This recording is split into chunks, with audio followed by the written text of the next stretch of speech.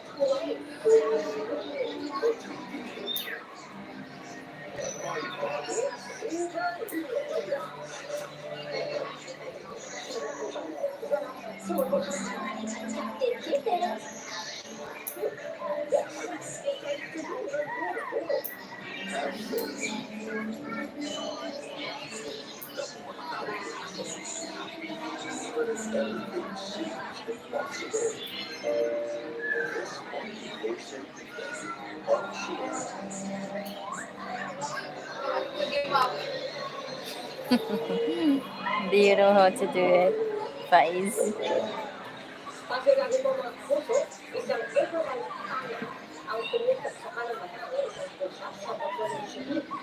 Nakuna ito ng video habang nagtatago sa tabi ng isang motorsiklo.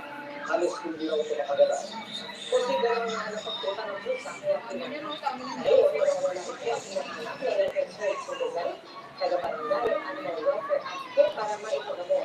Inisisigahan din ng mga polis kung sino ang kumana sa isa. Kumana sa Tanabuta, yung gunang taraspas at tinatermina na pulis kung ibang na mga biyahing probinsya. May mga taxi naman daw na nagsasamantala. Mula sa Paranaque Integrated Terminal Exchange sa Abulog Line.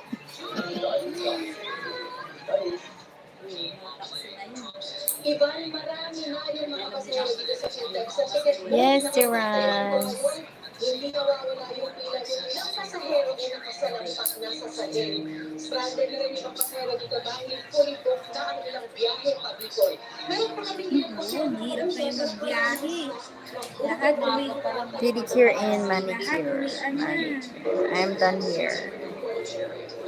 Maagang pinitensya na Sinang pag-biyahe. Saan kayo? Ilang oras ang biyahe? Bakit kayo? Parang Bicol din. 8 hours din ang Bicol eh. Thank you so much, Joanne. Yeah, I need it. Binigyan sila ng regular sa pangalan ng operator sa